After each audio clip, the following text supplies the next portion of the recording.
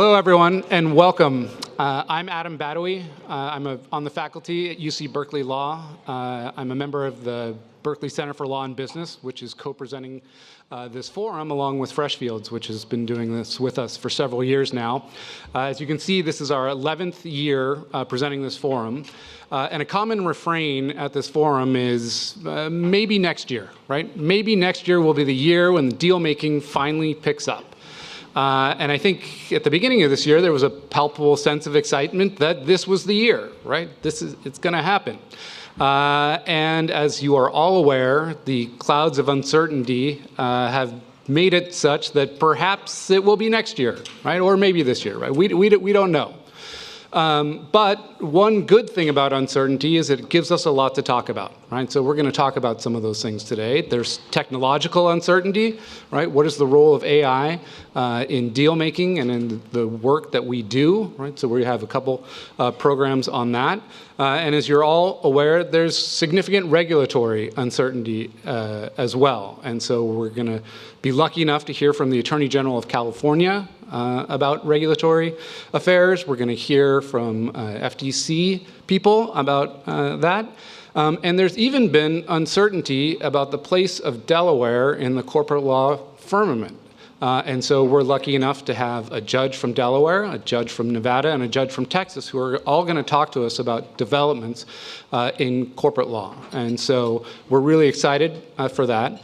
But an important part of this is not only do we learn from the people up here, people get to learn from each other, right? So we have nice networking breaks. I encourage you to talk to the other people that are here so that you can learn from them as well. Okay, so welcome, and I'm going to bring on my co-host, Ethan Klingsberg from Freshfields, who's going to also welcome you. Thank you.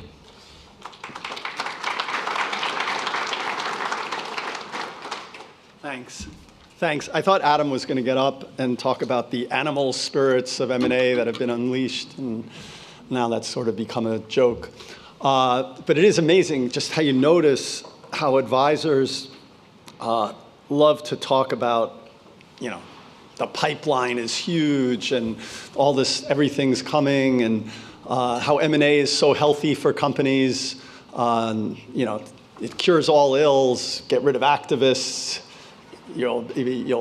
Stockholders will love you, and we're really good at talking our book, and sometimes that can get a little dull.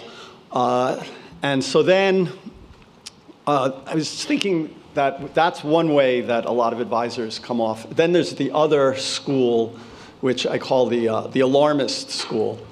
And those are advisors. There's always some reason that the sky is falling. And I actually made a list of things that everybody freaked out about, and it turned out not to be so bad over time.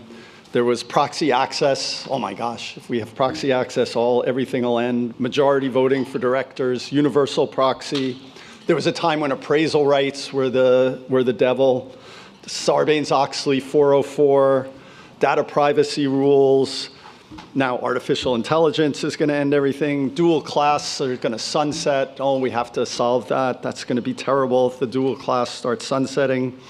New merger guidelines from the antitrust authorities were going to be the doom. The entire fairness doctrine. And then then Delaware corporate law, some people are thinking is something to be allergic to.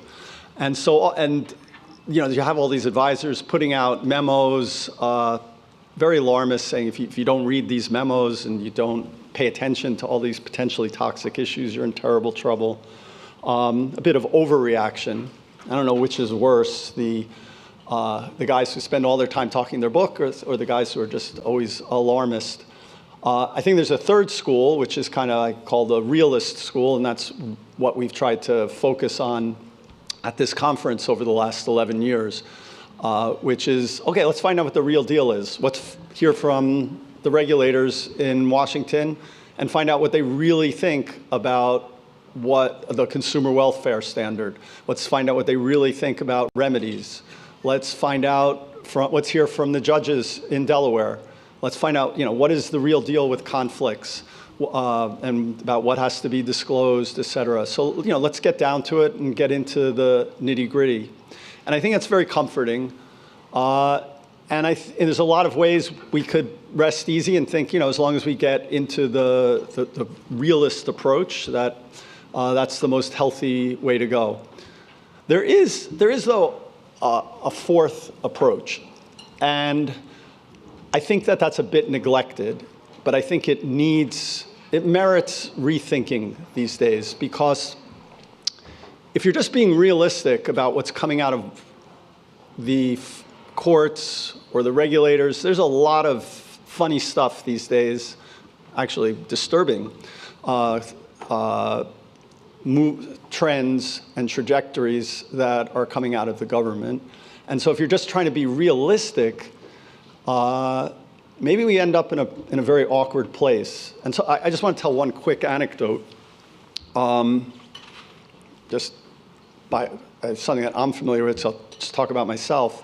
But one of the amazing things, and this goes to this last point about this fourth approach, one of the amazing things in this country is a lot of folks, when they graduate from law school, you go on, you become a law clerk. And it's kind of a crazy system in that you have someone who has no experience, and all of a sudden you're working for a judge and writing the opinions. I worked for this great judge, Robert P. Patterson Jr. in the Southern District, and I was telling the judge, I think we have to declare this law by Jesse Helms unconstitutional. And we'd write it up, or we would, sometimes I even missed the trial, but I was saying, I think we have to find this was an illegal seizure. And as a clerk, you have tremendous power. And I came out of that year, and I guess because this was 1989, 90, because I was so young, and I felt so empowered by it all. And at the same time, that summer, the Berlin Wall had come down. And so I went over to Hungary, where they were trying to wrestle with what to do going forward. And I took my check from my, you don't get vacation when you're a law clerk. And so I took the money that, my vacation check, and I bought a round trip ticket, and I went over, and I found that they just formed a new high court that had judicial review and constitutional authority. And I went to find the head of the court, and he spoke English, and I sat down with him, and I said, there's a lot that you're going to be taking on. And he's like, yeah, it's a mess here. We had the state socialist system. Everything was nonsense on property rights, on human rights, and civil liberties. We have to figure out what to do. And, we started a whole research project, drawing on a lot of amazing jurisprudence and really thinking about what, based on reason, is the right way to go forward. And I really, when I came back to the United States and started working in corporate law, I kind of put all of that behind me, and there was a lot to learn. I had never taken a securities law class. The corporate law class I took at Yale was very sort of metaphysical, and so there was a lot to learn. And so I put all that work I'd done for a few years earlier behind me, and I just was okay. And I was sort of in this, working my way through the Talk Your Book school, like, oh, this is so exciting. I'm doing great things for the world because I'm helping with M&A. Through the alarmist school, oh, here's a case, I better tell the client because if they don't understand this, they're going to fall off the cliff. And then, the realist school, okay, let's understand what the courts are really saying. Let's try and go through that. But this idea about figuring out the way things should be and what's, reason really makes, what's the right answer, I had put aside. But I think I would urge us, as we're hearing from the authorities today and we're working through these issues, I'd urge everybody to think about this fourth way, about maybe how things should be. And let's not take everything for granted just because it comes from somebody who's in power, that's necessarily the right way to go. So there's going to be a lot to think about today. So there's some, really interesting people, really interesting subjects. But, let's all try and be good, independent, reasoned thinkers on our own. I also just want to give a quick shout out to Berkeley Center for Law and Business, who I've been working with now for all these years. They are amazing. They've been far out ahead of every other law school in the country as far as integrating what goes on between practice and in-house lawyers and private law firms and academia. And they've been recognized with many accolades for it. But most importantly is I think the reason we all come here is because they've been pulling all these strands together for these years. They're really, really good at it. They take it seriously. And they've got a great team. And the leader of that team is Angeli Patel, who's going to start us off.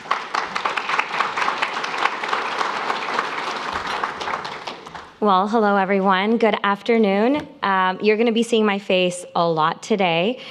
We've squeezed a lot into today's agenda, and I just want to say a huge thank you to Team Freshfields who are co-hosting this with us, and it's been such a fun time. Marlene, Caitlin, Ethan, it's just not possible without you. I do my customary thank yous, so just work with me here. One, you probably got to see a lot of our Berkeley Center for Law and Business staff at the beginning.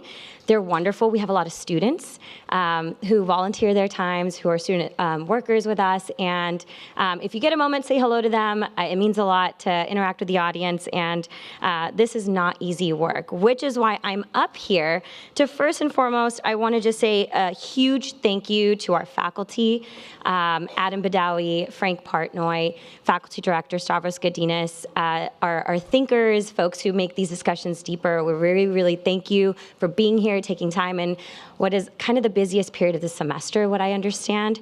I also know that this is a very busy time for the attorneys in the room. 10 Qs, 10 Ks, filings and whatnot. Clearly, I'm not the one who's doing any of this, so I don't know all of it, but thank you for being here. And finally, if you're enjoying this experience, if you like the music, you love the food, we're going to have ample breaks for coffee and drinks and whatnot. A huge shout out to our sponsors. Those include our premium sponsors, particularly Gladstone Place Partner. Thank you, Steve Lippin, Richard Layton, and Finger. We also have our regular sponsors I'd like to thank. That's Berkeley Law Executive Education. And that's a quick shout out and hello to our virtual audience. Yes, they're also here with us. Age Advisors Abernathy, Gibson Dunn, Innisfree, Joel Frank, McKinsey Partners, Morris Nichols, Arston Tunnel, and PJT Camberview. And a shout out to our contributing organization, Young Conaway. I clearly said a lot of things. Just raise your hand if you've been to one of these forums before. Okay, repeat audience, so you know me. You didn't need my introduction. I didn't even say hello, but Angeli Patel, Executive Director of the Berkeley Center for Law and Business. Let's get acquainted. Find us on LinkedIn, tag us, put photos on social media. We want to amplify what's happening here today, so don't miss an opportunity to do that. And while we wait for our next speaker, I just wanted to quickly say thank you to all of you for being here and our virtual audience. I will be reading CLE code that is primarily for our virtual audience, so don't get confused. I believe other CLE and such announcements will be made in a minute.